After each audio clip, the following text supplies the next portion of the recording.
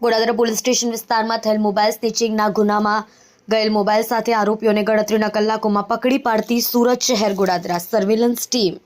સુરત શહેર police commissioner Anupamsinh Gehlot સાહેબ, ખાસ police commissioner Wabang Jamir, sector 1 in charge નાયબ police commissioner zone 2 Pinakin Parmar, મદદનીશ પોલીસ કમિશનર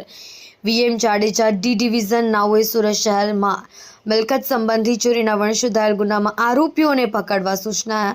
આપી હોય છે. અનવ્ય ગોડાદરા પોલીસ ઇન્સ્પેક્ટર HS આચાર્યના માર્ગદર્શન હેઠળ સર્વેલન્સ સ્ટાફના in charge police sub inspector MS Mewada સાથે સર્વેલન્સના પોલીસ કર્મચારી સાથે ગોડાદરા પોલીસ સ્ટેશન વિસ્તારમાં વર્કઆઉટ દરમિયાન ASI Rajnikant Khumabhai, assistant head constable Vijaysinh, Aniruddhsinh નાઓને તેઓના અંગત વિશ્વાસુ બાતમીદાર મારફતે પાક્કી બાતમી હકીકતને આધારે આરોપીઓ કાયદાના સંઘર્ષમાં આવેલ બાળકિશોર શુભમ સુભાષ ગુપ્તા, ઉંમર 22, ધંધો વેપાર, રહેવાસી 40, કૈલાશ નગર સોસાયટી ગોડાદરા સુરત, મૂળ વતન હદોઈ UP, અમિત ઉર્ફે બીડી રાકેશ યાદવ, ઉંમર 18 વર્ષ, 6 મહિના, ધંધો સ્વિગીમાં, નોકરી,